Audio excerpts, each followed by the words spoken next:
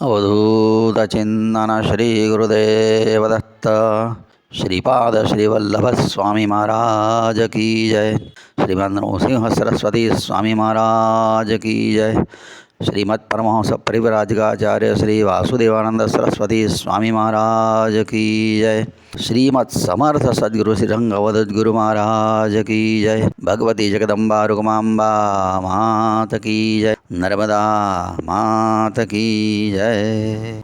इंदुकोटि तेज किरण सिंधु भक्तवत्सलम नंदनात्रि सोनु दत्त मंदिराक्ष श्री गुरुम गंधमाल्य अक्षतादि देववृंद वंदितं वंदयामि नारसिंह सरस्वतीश पाहि मां। दंडपात्रहस्तमस्त शांत स्वामी रूप आ भीमामृजा संगमस्थ ध्येय चित्तमा सदा। थाय स्थिर एज धीर मागु ज्ञान तारहे वंदु है नृसिंह सरस्वती शतत्पदाब्ज ए। आपे मुख ने तु वाक दृष्टि अंधने अहो पुत्रवंद्य स्त्रीलभे नवीन प्राण प्रेत हो। तत्प्रभाव कोल हेतु काष्ठने यपत्र दे वंदु है नृसिंह सरस्वती शतत्पदाब्ज ए। कोटि सूर्य शी प्रभा शांत कोटि चंद्रवत् त्रीश विश्वनाथ देव पूजितांग्री भृंगवत्। भक्ति प्राप्य अत्रिपुत्र पाळ आत्मवत् सदा हे नृसिंह सरस्वती शवंदुपाद पद्म आ। अवधूत चिंतन श्री गुरुदेव दत्त।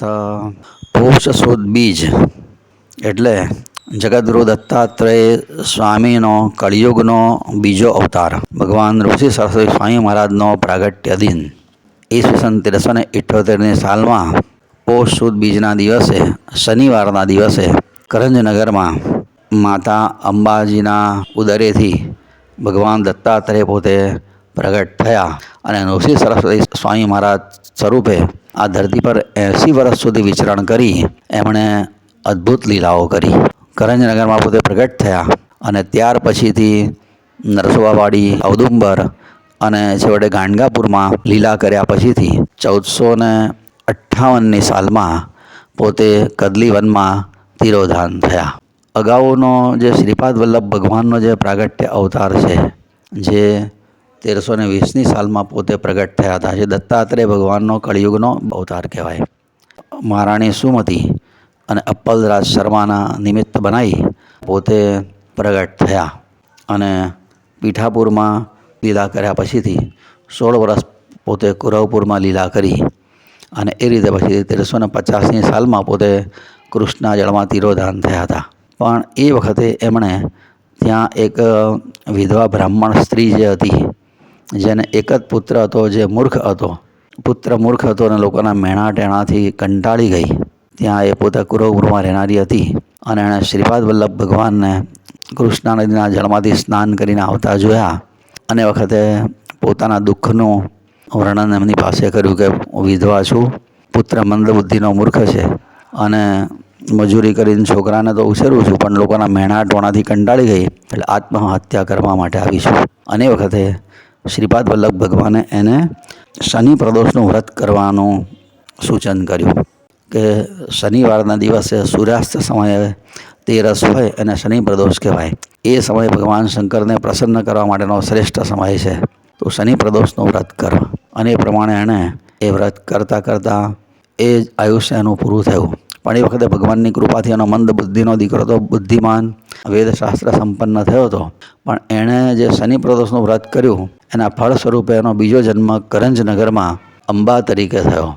પૂર્વજન્મમાં એનું નામ હતું અંબિકા અને અંબિકા એ એક સામાન્ય બ્રાહ્મણની પત્ની જ હતી. એણે જે શનિ પ્રદોષનું વ્રત કર્યું શ્રીપાદ વલ્લભ ભગવાનની આજ્ઞા પ્રમાણેના ફળ સ્વરૂપે, અને એનું એ જ કરંજનગરમાં રહેતા એક માધવ નામના બહુ પવિત્ર અને સંયમી સદાચારી વેદપાઠી અતિશય શ્રેષ્ઠ એવા માધવ નામના યોગ્ય પતિ સાથે એનું લગ્ન થયું. અને આ રીતે માધવને અંબાનો ગૃહસ્થ આશ્રમ કરંજનગરમાં શરૂ થયો. અંબાને ખબર નથી કે પૂર્વજન્મની પોતે અંબિકા છે અને પોતે પૂર્વજન્મમાં શનિ પ્રદોષનું વ્રત કરતાં કરતાં જ બાકીનું જીવન પૂરું કરેલું. પણ પૂર્વજન્મના સંસ્કારે એ નાનપણથી જ આ જન્મમાં શનિ પ્રદોષનું વ્રત કરતી હતી. એ તો કરતી હતી પણ એણે માધવને પણ શનિ પ્રદોષનું વ્રત કરતો કરી દીધો. પતિ પત્ની બંને જણા શ્રદ્ધાપૂર્વક શનિ પ્રદોષના રીતે વ્રત કરતા હતા. 16 વર્ષની ઉંમરે અંબા માતા પોતે સગર્ભા થયા. પછીથી એમના જે ગર્ભાધાનના પછીના દિવસો બતાવે છે, અત્યંત પ્રસન્નતાથી એમના દિવસો પસાર થયા છે. અને પોતે એ દિવસો દરમિયાન જ્ઞાનની વાતો કરતા હતા. હું તો સંન્યાસ લઈશ, જગતનું કલ્યાણ કરવું છે મારે, હું ઘરમાં રહેવાની નથી, આવું તે બધું બોલે. એ દોહદ સમયના જે આ બધા એના વચનો સાંભળીને માધવને પણ થતું હતું કે નહીં, અમારે ત્યાં કોઈક તેજસ્વી સંતાનનો જન્મ થશે એવું લાગે છે. જોતામાં 9 માસ 9 દિવસ પરિપૂર્ણ થયા. ઈસવીસન 1378ની સાલ, પોષ સુદ બીજ, શનિવારનો દિવસ. અને તે સમયે કરંજનગરમાં અંબા માતાના સન્મુખ જગદગુરુ દત્તાત્રેય સ્વામી પોતે એક પુત્ર તરીકે પ્રગટ થયા. અવધૂત ચિંતન શ્રી ગુરુદેવ દત્ત પોતે પ્રગટ થયા. પરમાત્મા જ છે એટલે બીજું તો શું કહેવાનું હોય, પણ અતિશય તેજસ્વી સ્વરૂપ. અને જન્મીને તરત જ એ પોતે ઓમકારનો ઉચ્ચાર કર્યો છે, સ્પષ્ટ ઉચ્ચાર એકદમ. માતા પિતાને અતિશય આશ્ચર્ય થયું કે આ બાળક તો જન્મ્યા પછી કેટલા મહિનાઓ પછી કંઈક માંડ બોલતા શીખે, આ તો હમણાં જન્મ્યોને ઓમ બોલે છે, રડવાનું નહીં ને કંઈ જ નહીં. જ્યોતિષીઓએ આ જાણ્યું, કુંડળી બનાવી અને કીધું કે આ તમારો પુત્ર સદગુરુ થશે, ઉપદેશક થશે, મુગાને બોલતો કરશે, એની કૃપા થશે તો મુકમ કરોતિ વાચાલમ ને પંગુમ લંઘયતે ગિરિમ થશે, વિશ્વવંદ્ય થશે.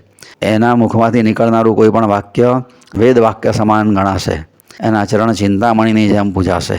અષ્ટસિદ્ધિ નવનિધિ એની આજુબાજુ આંટા મારતા હશે. પણ એ કદાપી સ્ત્રી પાણીગ્રહ નહીં કરે, એટલે કે ગૃહસ્થ ધર્મનો કદાપી સ્વીકાર નહીં કરે. સર્વપૂજ્ય થશે, દ્રષ્ટિ માત્રથી પતિતને પાવન કરશે, અધમનો ઉદ્ધાર કરશે, અને જેની જે મનોકામના હશે તે બધી એની કૃપાથી પરિપૂર્ણ થશે. એ કોઈક ઈશ્વર અવતાર હોય એવું લાગે છે. માતા પિતાને ખૂબ આનંદ થયો અને ગામમાં બધે વાતો ફેલાવા માંડી કે આ બાળક તો જન્મથી જ ઓમકારનો ઉચ્ચાર કરનારો છે, સ્પષ્ટ ઉચ્ચાર. ગામના લોકો જોવા આવે અને ઓમ સ્પષ્ટ રીતે બોલે, લોકોને બહુ આશ્ચર્ય થતું હતું. લોકોની નજર ના લાગે એટલે માતાએ માદાળિયા બાંધ્યા, ભસ્મ લગાડે અને જાતના મેસના ટીલાએ કરે, કાળો દોરોએ બાંધ્યો. જેની નજર પડે ને લોકોના દ્રષ્ટિ દોષ દૂર થતા હોય ને કયો નજર લાગવાની હતી.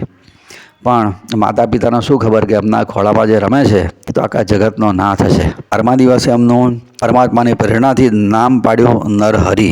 નર એટલે મનુષ્ય અને હરિ એટલે પરમાત્મા. મનુષ્યના દેહમાં પ્રગટ થયેલા પરમાત્મા જ છે. નામ નરહરિ અનાયાસે પરમાત્માની પ્રેરણાથી જ રખાયું. અને બીજો અર્થ એવો થાય કે લોકોનું દૈન્ય હરી લેશે, એટલે દૈન્ય હરનારો. દૈન્ય એટલે દુઃખ હરનારો છે. આ માટે એનું નામ નરહરિ. એકદમ શ્રેષ્ઠ અને યથોચિત નામ આ રીતે એમનું રાખવામાં આવ્યું. પોતે જમીન ઉપર જ રમતા હતા. ઘોડિયામાં તો કદાપી સૂતા જ નથી. એકલા રમ્યા કરે, મુખ કલ્લોલ કરે અને ઓમકાર સિવાય કંઈ બોલે જ નહીં. થોડા વખતમાં એવું થયું કે માને સ્તનમાંથી દૂધ આવતું બંધ થઈ ગયું. માને ચિંતા થઈ, શું કરીશું? એ વખતે બાળકે પોતાના માતાના જ્યાં સ્તનને સ્પર્શ કર્યો ત્યાં તો 32 ધારે દૂધ પ્રગટ થયું. માયા આ વાત કોઈને નજર ના લાગે એટલે કોઈને કીધી નહીં, પોતે જ જાણીને રહ્યા. દિવસે નરહરિ પોતે મોટા થયા, પણ જે ઓમ બોલીને સાંભળીને માતા પિતાને આનંદ થતો હતો એ જ ઓમ સિવાય બીજું કશું બોલ્યા જ નથી. 1 વર્ષ, 2 વર્ષ, 3 વર્ષ, 4 વર્ષના થયા, 5 વર્ષના, 6, 7, 8 વર્ષના થતા સુધી ઓમકાર સિવાય બીજું કશું બોલ્યા જ નથી. શરૂઆતમાં ઓમકાર સાંભળીને માતા પિતાને જે આનંદ થતો હતો એ જ માતા પિતાને હવે દુઃખ થવા માંડ્યું કે આ તો બોબડો છે. કુળદેવીનું પૂજા કરે, સોમવારના વ્રત કરે, પીપળાની પૂજા કરે, પીપળાના પાનમાં ભોજન કરે, જાતના મૂગો બોલતો થાય એના માટે જે થાય તે બધા પ્રયત્નો કર્યા, પણ મૂગો હોય તો બોલતો થાય ને. આ તો મૂગાને બોલતો કરનારો હતો. પણ એમાં જગતને શિક્ષણ આપી દીધું કે બોલવું હોય તો ભગવાનનું નામ જ બોલો, બીજું કંઈ પણ બોલશો તો બંધાશો. તમે ભગવાનનું નામ બોલશો તો જ છૂટશો. આ પહેલો જ માનવ જાતને આપેલો દત્તાત્રેય ભગવાનનો સંદેશ છે કે બીજું જે પણ કંઈક બોલશો ભગવાનના નામ સિવાય એનું બધું બાંધનારું છે. જન્મ મરણના ત્રાસમાં ફરીથી બાંધી રાખશે. એમાંથી છૂટવું હોય તો ભગવાનના હરિનામ સિવાય બીજું કંઈ જ બોલવા જેવું નથી. બોલમાં રે રાધા કૃષ્ણ વિના બીજું બોલમાં રે. ભગવાનના નામ સિવાય બીજું કંઈ પણ બોલ્યા એટલે દરાખ અને દાડમ એને છોડી અને કાંટાને પાણી રેડવા જેવું છે. મેવા મીઠાઈ મીઠા છોડીને ગંધાથી વિષ્ઠા ખાવા જેવું છે. આ એમણે પહેલો જ સંદેશ આપી દીધો. ઘરમાં એ જમાનો હતો, નિર્ધનતા હતી અને માતા ચિંતા કરે કે ભગવાનને ઘેર કઈ ખોટ આવો બોબડો આપ્યો છોકરો. બાળકે માને ઈશારાથી સમજાવ્યું કે મને તું યજ્ઞોપવિત આપ જનોઈ દે, પછી હું બોલીશ. બાળકની ઈશારાની ભાષા માં સમજી ગઈ. એણે પતિને વાત કરી કે આવું છોકરો આવું કહે છે કે જનોઈ આપો પછી બોલીશ, પણ જનોઈ માટેનો ખર્ચો કેવી રીતના કાઢવો? અને આ તો ઈશારાની વાત હતી. ભરોસો એકદમ બેસવો પણ અઘરો હતો. વખતે બાળકે ઘરમાં પડેલું કંઈક લોખંડની કોઈક વસ્તુ પડી હશે, એને હાથનો સ્પર્શ કર્યો અને સોનાની થઈ ગઈ. માતાને તો એટલું બધું આશ્ચર્ય થયું કે જે ઘરમાં સોનાની વાડીના ઠેકાણા નહોતા, એ ઘરમાં આટલું મોટું સોનાનું પાત્ર પ્રાપ્ત થઈ ગયું. પછી તો લોખંડના જેટલા પાત્રો હતા બધા ધીમે ધીમે ઘરમાંથી કાઢતા જાય, બાળક સ્પર્શ કરીને સોનું થતું જાય. જે ઘરમાં સોનાની વાડીની દુર્લભ હતી એ ઘરના છાપરા હવ સોનાના કરી આપ્યા. જેટલું ઘરમાં લોડું હતું બધું સુવર્ણ થયું અને માતા પિતાના અતિશય આનંદ થયો. હવે તો ખાતરી થઈ ગઈ કે ના, બાળક હવે યજ્ઞોપવિતના દિવસે બોલશે. ભગવાને લોખંડને સ્પર્શ કરીને સોનું બનાવી આપ્યું. એના વડે ધરની નિર્ધનતા તો દૂર કરી, પણ જગતને સંદેશ આપી દીધો કે સદગુરુનો સ્પર્શ જેને થાય એનું જીવન લોઢાનું હોય ને તે સોનાનું જેમ ચમકવા માંડે. જ્યાં સુધી સદગુરુનો સ્પર્શ નથી થયો, સદગુરુએ માથા ઉપર હાથ નથી મૂક્યો, જ્યાં સુધી જીવનમાં સદગુરુનો પ્રવેશ નથી થયો, જ્યાં સુધી સદગુરુનો અનુગ્રહ નથી પ્રાપ્ત થયો, ત્યાં સુધી બધાના જીવન લોઢાના જીવન હોય છે. લોઢાના જીવન એટલે ખાવું પીવું ને વંશ વૃદ્ધિ કરવી. આ કરવા માટે કોઈ રાજા થાય અને કોઈ પ્રજા થાય તરીકે જીવે, એ બધાના જીવન લોઢાના જીવન કહેવાય. પણ સદગુરુનો પ્રવેશ થાય, સદગુરુનો જ્યાં સ્પર્શ થયો, એમના કોઈ શબ્દનો સ્પર્શ થાય, એમની વાણીનો સ્પર્શ થઈ જાય હૈયાને, હસ્તનો સ્પર્શ થઈ જાય મસ્તકને, અને ઉપદેશનો સ્પર્શ થઈ જાય જો મનને બુદ્ધિને, તો એનું જીવન લોખંડનું હોય તે સોનાની જેમ ચમકવા માંડે. સાચા જીવનનો આરંભ સદગુરુ પ્રાપ્ત થયા પછી જ શરૂ થતો હોય છે. પછી એના જીવનમાં પલટો આવે. આવો જગતને ઉપદેશ આપી દીધો. માતા પિતાએ ખૂબ ઠાઠ માઠથી પછી તો યજ્ઞોપવિતનું આયોજન કર્યું. ગામે ગામ નોતરા આપ્યા. લોકોને તો આ બધી કશી ખબર નહીં. ગામના લોકો વિચાર કરે કે આ માધવની ડાગળી ચસકી ગઈ કે શું, આ બોબડાને યજ્ઞોપવિત આપવા માટે આટલો બધો ખર્ચો શું કરવા બેઠો છે? પણ કેટલાક પાછા વ્યવહાર ડાયા કે મૂકોને વાત, આપણે શું લેવા દેવા, આપણે તો જમવા હાથે મતલબ, જમવાનું મળશે ને દક્ષિણા મળશે ને જમી આવીશું, બીજું હું, એને જે કરવું એ જ કરે. અને એ રીતે આ જાત જાતની વાતો થતી હતી. યજ્ઞોપવિતનો દિવસ આવ્યો. યજ્ઞોપવિત સંસ્કાર થયા. બટુકે યજ્ઞોપવિત ધારણ કર્યું, કેડ ઉપર કંદોરો બાંધ્યો, કૌપિન ધારણ કર્યું અને ખભા ઉપર જનોઈ ધારણ કર્યા પછીથી બટુક માની પાસે પહેલાં ભિક્ષા માગે છે. આવો રિવાજ છે. બટુક મટીને બ્રહ્મચારી થાય છે અને માની પાસે ભિક્ષા માગે છે. અને જ્યાં પહેલી જ ભિક્ષા આપી અને ત્યાં તો એ બટુકે માની સમક્ષ ઋગ્વેદના મંત્રો બોલવા માંડ્યા. ઓમ અગ્નિમીળે પુરોહિતમ યજ્ઞસ્ય દેવઋત્વિજમ હોતારમ રથધાત્તમમ ઓમ સ્વસ્તિ ઓમ ઋગ્વેદાય નમઃ. અને સાંભળનારાને થયું, મારા બાપરે, આ તો મૂગો ને બોબડો સમજતા હતા છે ને, એ તો ઋગ્વેદના મંત્ર બોલે છે. માએ જ્યાં બીજી ભિક્ષા આપી ત્યાં તો યજુર્વેદના મંત્રો શરૂ કરી દીધા એમને. યજુર્વેદના મંત્રો સાંભળ્યા પછી તો બધાને કહ્યું કે આ કંઈ મૂગો નથી. મૂગા સમજીને જેને મૂગો સમજ્યા, આ મૂગો નથી. માએ જ્યાં ત્રીજી ભિક્ષા આપી અને ત્યાં તો સામવેદનું ગાન શરૂ કરી દીધું એમણે. ચોથી ભિક્ષા અર્પણ કરી, ત્યાં તો અથર્વવેદના મંત્રો બોલ્યા છે. ઓમ હરિ ઓમ શન્નો દેવીરપિષ્ઠય આપો ભવન્તુ પીતયે સંયોરવિસ્રવંતુ નઃ ઓમ સ્વસ્તિ ઓમ અથર્વવેદાય નમઃ. અને જે ગામના લોકો મૂગો સમજીને એની ઉપેક્ષા કરતા હતા, આજે ગામના એ જ લોકો એ નરહરિના ચરણનો સ્પર્શ કરવા માટે પડાપડી કરવા માટે સાષ્ટાંગ દંડવત પ્રણામ કરે અને એના આશીર્વાદ માટે હવે તાલાવેલી જાગી. ધન્ય આ બાળકે તો માની કુખને દીપાવી દીધી. ધન્ય છે અંબાને, ધન્ય છે માધવને કે જેમના ઉદરમાંથી પરમ પુરુષ વેદનો પિતા પ્રગટ થયો છે, જગત ગુરુ છે. ગામના લોકો પોતાની જાતને ભાગ્યશાળી માનવા માંડ્યા કે આપણે એ ગામમાં જન્મ્યા છે કે જે ગામમાં ભગવાન પ્રગટ થયા છે.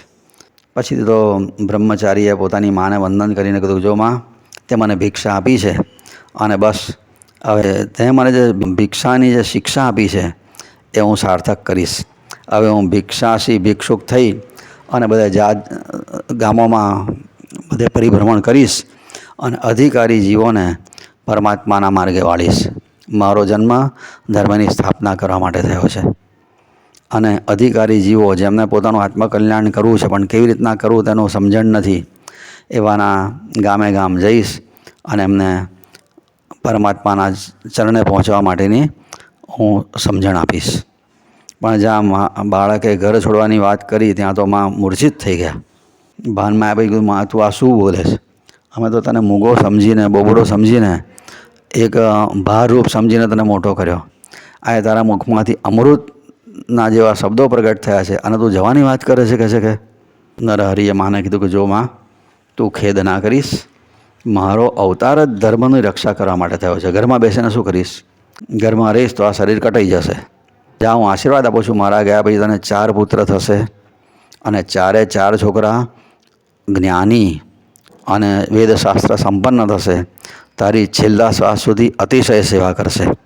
આવું કહી અને માના મસ્તક ઉપર જ્યાં હાથ મૂક્યો ત્યાં તો માને પોતાના પૂર્વજન્મનું સ્મરણ થયું અને એને દેખાયું બધું કે પોતે તો પૂર્વજન્મની અંબિકા નામની વિધવા બ્રાહ્મણી હતી અને આત્મહત્યા કરવા માટે કૃષ્ણા નદીના જળમાં તરફ જતી હતી.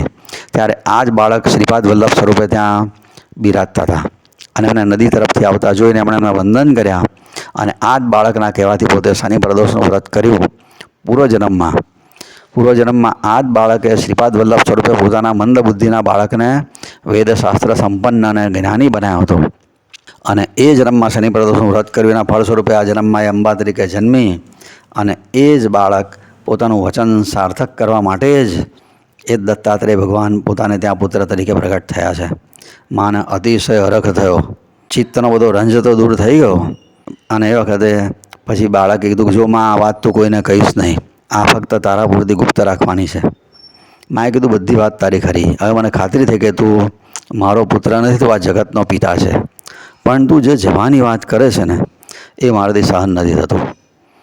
હવે તો તારે બ્રહ્મચર્ય આશ્રમનું પાલન કરવાનું હોય, પછી ગૃહસ્થ ધર્મ, લગ્ન કરવાનું હોય, પછી વાનપ્રસ્થાશ્રમ આવે ને પછી છેલ્લે સંન્યાસ આવે. તો આવી રીતના બાળપણમાં સંન્યાસ લેવાની વાત કરે, ઘર છોડીને જવાની, આ કેવી રીતના કઈ માં સહન કરે? અને વખતે નરહરિએ માને સમજાવ્યું કે જો માં, જીવન ક્ષણભંગુર છે, આયુષ્યનો કોઈ જ ભરોસો નથી. જેને એવી ખાતરી હોય ને કે 100 વર્ષ જીવવાના છે, એ બધાને માટે તારી શિખામણ ઠીક છે કે પહેલાં 25 વર્ષ બ્રહ્મચર્ય આશ્રમ, પછી ગૃહસ્થ આશ્રમ, પછી વાનપ્રસ્થાશ્રમ, પછી સંન્યાસ આશ્રમ, પણ આયુષ્યનો કોઈ જ ભરોસો નથી. આજની તંદુરસ્તી આવતીકાલના આયુષ્યની ગેરંટી નથી. દરેક માણસ પોતાની નજર સામે પોતાના કરતાં નાની ઉંમરના તંદુરસ્ત માણસોને મરી જતા જુએ છે, છતાંય પોતાની જાતને અમર માનીને જીવે છે. આ સૌથી મોટું આશ્ચર્ય છે. માટે તું મને ઘર છોડીને જગતના કલ્યાણ માટે જવાની આજ્ઞા આપ. મારો જન્મ તારા ઉદરમાંથી થયો, એક ક્ષણે તારો ઉદ્ધાર તો થઈ જ ગયો છે, તારે કંઈ પુનર્જન્મ નહીં થાય, પણ હવે જગતના અનેક જીવોનો ઉદ્ધાર કરવાનો છે. તારે એકલેનો ઉદ્ધાર કરવા માટે મારો જન્મ નથી. માટે અધિકારી જીવોના કલ્યાણ માટે મને ઘર છોડવાની આજ્ઞા આપ.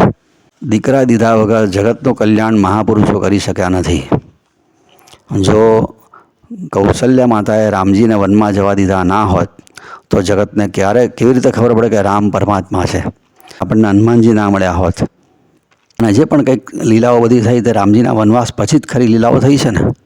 જો કૌશલ્ય માતાએ રામને વનમાં જવા દીધા ના હોત તો જગતને રામ કેવી રીતના પ્રાપ્ત થાત? યશોદા માતાએ શ્રી કૃષ્ણ ભગવાનને ગોકુળ છોડીને જવા દીધા ના હોત મથુરા, તો આપણને ગીતાજી કેવી રીતના મળત? કૃષ્ણ ભગવાને જે બધી લીલાઓ કરી એ બધી લીલાઓ ગોકુળ છોડ્યા પછી અનેક લીલાઓ કરી જગતના કલ્યાણ માટે. એ યશોદા માતાએ પોતાના હૈયા ઉપર પથ્થર મૂકીને એમને જવા દીધા ત્યારે આ બધું થયું છે. એવી રીતના જગતમાં જે મહાપુરુષોએ કલ્યાણ કર્યા એ બધાના કલ્યાણના પાછળ એમની માતાઓના મોટા મોટા ત્યાગ છે. માટે તું પણ મને જવા દે, તારો ત્યાગ જગતમાં પૂજાશે કે અંબાએ પોતાના પુત્રને જગતના કલ્યાણ માટે આપ્યો છે. માટે તું હવે મને ઘરમાં બાંધી રાખીશ નહીં. જગતનું કલ્યાણ એ જ મારા જીવનનું ધ્યેય છે. ધર્મની સ્થાપના, ધર્મ સંસ્થાપના અર્થાય મારો અવતાર થયો છે. છતાંય મા બહુ વ્યાકુળ થયા અને માએ છેવટે કીધું કે એક કામ કર, તું કહે છે ને તને મને 4 પુત્ર થશે, તો એક કામ કર, એક પુત્ર થયા પછી તું ઘર છોડીને જજે જા, પછી હું તને ઘરમાં નહીં બાંધી રાખું. ભગવાને કીધું માં તું જો મને વચન આપતી હોય તો હું તને સામેથી વચન આપું છું કે એક નહીં તને 2 પુત્ર થયા પછી હું ઘર છોડીશ. બસ માને બહુ આનંદ થયો. નરહરિ પોતે વચનને બંધાઈ અને કરંજનગરમાં માના સાથે જ રહ્યા. હવે તો માને રોજ જે નવો દિવસ ઉગે અને સોનાનો દિવસ ઉગતો હોય એવું લાગતું હતું. મોટા મોટા વિદ્વાનો, સંન્યાસીઓ, ત્યાગીઓ નરહરિ પાસે માર્ગદર્શન મેળવવા માટે આવે. 8 વર્ષનો બાળક અને 80 વર્ષના શિષ્યો એના, 8 વર્ષનો ગુરુ એમનો. માને કેટલો હરખ થતો હશે. એને ખાતરી થઈ કે દત્તાત્રેય ભગવાન મારા ઘરમાં બાળક થઈને જીવી રહ્યા. પણ માએ આ વાત કોઈને કીધી નહોતી. જોત જોતામાં અંબા ફરી સગર્ભા થઈ. 9 માસ 9 દિવસ પરિપૂર્ણ થયા. માને તો એમ હતું કે 2 બાળક થવાના, વચન આપ્યું છે 2 બાળક થતાં સુધી ઘરમાં રહેવાનું, એટલે 2 વર્ષ તો ઘરમાં રહેશે. પણ ભગવાનના માટે સમય અમૂલ્ય હોય છે. ભગવાને કંઈ એવી લીલા કરી તે અંબાએ એક સાથે 2 જોડિયા પુત્રોને જન્મ આપ્યો. એવા તેજસ્વી હતા, બધી અંગ ઉપાંગથી પરિપૂર્ણ હતા અને માને બહુ આનંદ થયો. પછીના 3 મહિના પૂરા થયા અને 12 મહિના પૂરા થયા. બાળકો 3 મહિનાના થઈ ગયા અને નરહરિએ માને કીધું કે જો માં, હવે મેં મારું વચન પાળ્યું, હવે તું તારું વચન પાળ. 2 પુત્રો થયા છે, મારા ગયા પછી બીજા 2 પુત્રો પણ થશે અને એક દીકરી પણ થશે, અને બધા તને ખૂબ સારી રીતે સાચવશે અને તને કોઈ વાતે ઓછું આવશે નહીં. જીવન તારું પૂર્ણ થયા પછીથી તારે ફરી બીજો જન્મ લેવો પડશે નહીં. અંતે મુક્તિ મહાપદ સાર પ્રાપ્ત થશે. માને વચન આપ્યું અને મા પણ પોતાના વચને બંધાયેલી હતી અને પુત્રને ગૃહ ત્યાગ કરવા માટે સંમતિ આપી. આખું ગામ એ વખતે નરહરિને વળાવવા માટે આવ્યું છે. રામજી જ્યારે અયોધ્યા છોડીને વનમાં ગયા ત્યારે આપણે પુરાણની વાત સાંભળી છે ત્રેતાયુગની, કે આખું અયોધ્યા નગર એમને વળાવવા માટે ગયું હતું. બરાબર એવી જ આ ઘટના અહીંયા કરંજનગરમાં આ કળિયુગમાં બની કે નરહરિ ઘર છોડવા તૈયાર થયા અને આખું ગામ એમને વળાવવા માટે આવ્યું હતું. બધાને ખબર પડેલી કે આ કોઈ સામાન્ય બાળક નથી, આ કોઈ અવતારી પુરુષ છે. બધાને પરમાત્માનો ખૂબ વિયોગ હતો. એટલે એ વખતે પરમાત્માએ વચન આપ્યું કે તમે ચિંતા ના કરશો, હું 30 વર્ષ પછી ફરી પાછો આ જ ગામમાં સ્થૂળ દેહે પધારીશ અને આ જ ગામમાં મારા ફરી પુનઃ પગલાં થશે અને વખતે બધાને હું મળીશ. બધાને ખૂબ આનંદ થયો અને ગામના લોકોને વિદાય કર્યા. પણ માતા પિતા વિદાય થતા નહોતા. આખું ગામ જ્યારે વિદાય થઈ ગયું એમને છોડીને, જંગલમાં માતા પિતા અને પોતે 3 જ જણ જ્યારે રહ્યા, ત્યારે એ જ વખતે નરહરિએ ફરી પાછું પોતે 6 ભુજાઓવાળા દત્તાત્રેય સ્વરૂપ માતાની સન્મુખ પ્રગટ કર્યું, માતા પિતાના સન્મુખ. અવધૂત ચિંતન શ્રી ગુરુદેવ દત્ત. માતા પિતાને અતિશય હર્ષ થયો. સાક્ષાત દત્તાત્રેય ભગવાન સન્મુખ ઉભેલા. એમના ચરણ ઉપર મસ્તક મૂકીને સાષ્ટાંગ દંડવત પ્રણામ કર્યા. ભગવાને માતા પિતાના મસ્તક ઉપર હાથ મૂકીને આશીર્વાદ આપ્યા. માતા પિતાને બહુ હરખ થયો અને ખૂબ સુંદર માતા પિતાએ પોતાના પુત્ર સ્વરૂપે દત્તાત્રેય ભગવાનની સ્તુતિ કરી. ભગવાને માતા પિતાને આલિંગન આપ્યું અને કીધું ચિંતા ના કરશો, 30 વર્ષ પછી હું ફરી પાછો તમને દર્શન આપવા માટે ગામમાં પધારીશ અને મારા વિયોગમાં તમને બહુ વ્યાકુળતા થાય તો મારું એકાંતમાં બેસીને સ્મરણ કરજો, હું પ્રત્યક્ષ પ્રગટ થઈને પણ તમને દર્શન આપીશ. માતા પિતાને આ વચન પ્રાપ્ત થયું અને બધો જ શોક આનંદમાં પરિવર્તિત થઈ ગયો. માતા પિતાને આનંદમાં તરબોળ કરી ભગવાન ત્યાંથી અંતર્ધાન થયા અને સીધા કાશીમાં આવ્યા.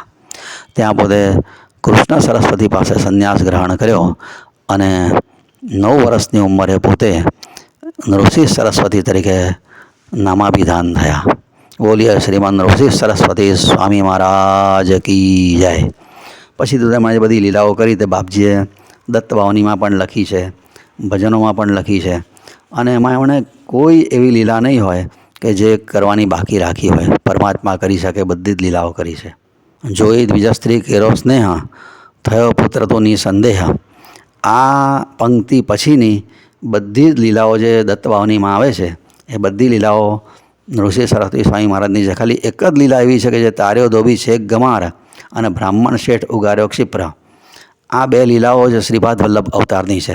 બાકીની બધી જ લીલાઓ એ ઋષિ સરસ્વતી સ્વામી મહારાજની લીલાઓ છે. પેટ પીઠથી તાર્યો વિપ્ર, શુષ્ક કાષ્ટને આણ્યા પત્ર, જર્જર બંધ્યા કેરા સ્વપ્ન, કર્યા સબળદે સુતના કૃષ્ણ, કરી દૂર બ્રાહ્મણનો કોડ, વંધ્યા દુજવી, ઝાલર ખાઈ રીઝ્યા, બ્રાહ્મણ સ્ત્રીનો મૃત બરથાર સજીવન કર્યો, પિશાચ પીડા દૂર કરી બ્રાહ્મણના પુત્રની અને ફરી સજીવન કર્યો, બ્રાહ્મણોનો અભિમાન મદ અંત્યજના હાથે દૂર કરે, ત્રિવિક્રમ ભારતીનું રક્ષણ કર્યું, નિમેષ માત્રે તંતુકને શ્રીશૈલે પહોંચાડ્યો, એક સાથે 8 સ્વરૂપ ધારણ કર્યા, યમનરાજની પીડા દૂર કરી. આવી કઈ કઈ અગણિત લીલાઓ એમણે પોતે કરી અને છેવટે 80 વર્ષનું પરિપૂર્ણ 80 વર્ષ દરમિયાન પોતે ધરતી ઉપર વિચરણ કર્યું. અને એમાં એ પોતે ઔદુંબર નામનું સ્થાન છે ત્યાં ચાતુર્માસ્ય કરેલો. ત્યાર પછી 12 વર્ષ પોતે નરસોવાવાડીમાં રહ્યા હતા અને છેલ્લા 12 વર્ષ પોતે ગાણગાપુરમાં રહ્યા. અને ગાણગાપુરમાંથી પછી પોતે 1458ની સાલમાં પોતે તિરોધાન થવાનો સંકલ્પ કર્યો અને જતી વખતે વચન આપ્યું છે કે હું ગાણગાપુરમાં પ્રત્યક્ષ બિરાજીશ. કળિયુગમાં પણ હું ગાણગાપુર છોડવાનો નથી. અહીંયા કોઈ આવે સંગમમાં સ્નાન કરે, પીપળાની પૂજા કરે અને મઠમાં મારા દર્શન કરશે, એની કોઈ પણ મનોકામના હું પરિપૂર્ણ કરીશ. આવું વચન આપી પોતે ત્યાંથી સીધા જ શ્રીશૈલ પર્વત ઉપર પાતાળ ગંગાના કિનારા ઉપર પ્રગટ થયા. પોતાની સાથે 4 જ શિષ્યોને સાથે રાખેલા એમણે. એ 4 શિષ્યોની હાજરીમાં પોતે એક તરાપા ઉપર બિરાજિત થયા અને એ તરાપા ઉપર બેસીને પોતે કૃષ્ણા નદીમાં જ આ રીતે કદલીવન તરફ પ્રયાણ કર્યું.